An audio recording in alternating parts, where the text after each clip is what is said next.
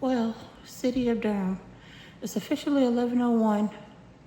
Do you know where your children are? Trust me when I say I can't make this shit. You're in love with the bullshit, and you don't even care what the truth is. Give me some time to get through this. Oh yeah.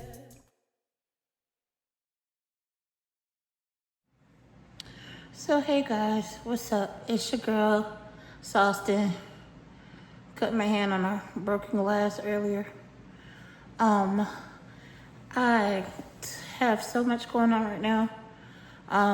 There's a new setup happening. So I completely forgot about Thursday's show, and I would like to apologize for that. So if you've been watching, I would like to say thank you. If you haven't been watching and it's your first time, my bad. Tonight's lighting is this, which is supposed to leave, well, not supposed to leave, it leaves, like water patterns on my ceiling. Like it looks like I'm underwater. Since my house has always been aquatic themed, mostly specifically dolphins. So tonight we're pretending I'm underwater. Speaking of underwater, I remember when I was I had to be between 12 and 16, and I had a crush on the cutest boy at church, and I would always sit so I could watch him play drums. And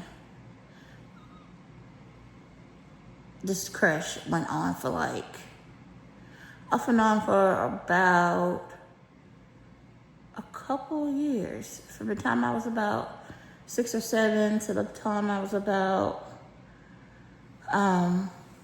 18, and we graduated high school together. And I also got to watch him be married. So yeah, that's a whole nother story for another day. But I used to be fortunate enough to go on these Sunday school trips. And on this particular trip, we went to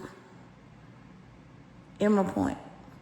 And Emerald Point does, or used to have, because I haven't been there in years, since I was a teenager, and I'm past my 30s. But since I was a teenager, and they had this wave pool where you get in it, waves come. Sometimes they're small, and then they grow to big waves. Well, I always wanted to surf, and my mother decided that she would be nice enough to rent me a surf buster, which was an inflatable surfboard or bodyboard, however you want to say it. And I said to myself, now's a good opportunity to get on the surf buster and ride the wave and be a surfer of some sort.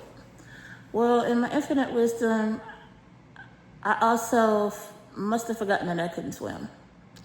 So as I'm getting on this surf buster, which is attached, I think, to my arm, to my left wrist, right or left wrist, the wave comes. Little wave, nothing. Medium wave, not much. But here comes a big wave, and I'm like, this is not gonna be that bad. Wrong. The wave comes, it throws me up in the air. I literally detach from the surf buster. I get slammed face first into the textured concrete at the bottom of the pool. and all my gums right in this area got scraped off. Not only that, right here, my bottom lip got busted. I think my top lip got busted too, but I mostly remember my bottom lip because it was huge and busted open, and there was really no way to hide it. And between my bottom lip and my gums, thank God it was not during school time, because I was so embarrassed. And I remember being so embarrassed to go to church the next day and look at this cute boy all day. I'm like, oh my God, he must think that I'm ugly right now with my mouth scratched and scraped up. But anywho, of course, I eventually got over it. For the longest time, there was this little knot in the bottom of my lip that if I bit my lip, I could feel it.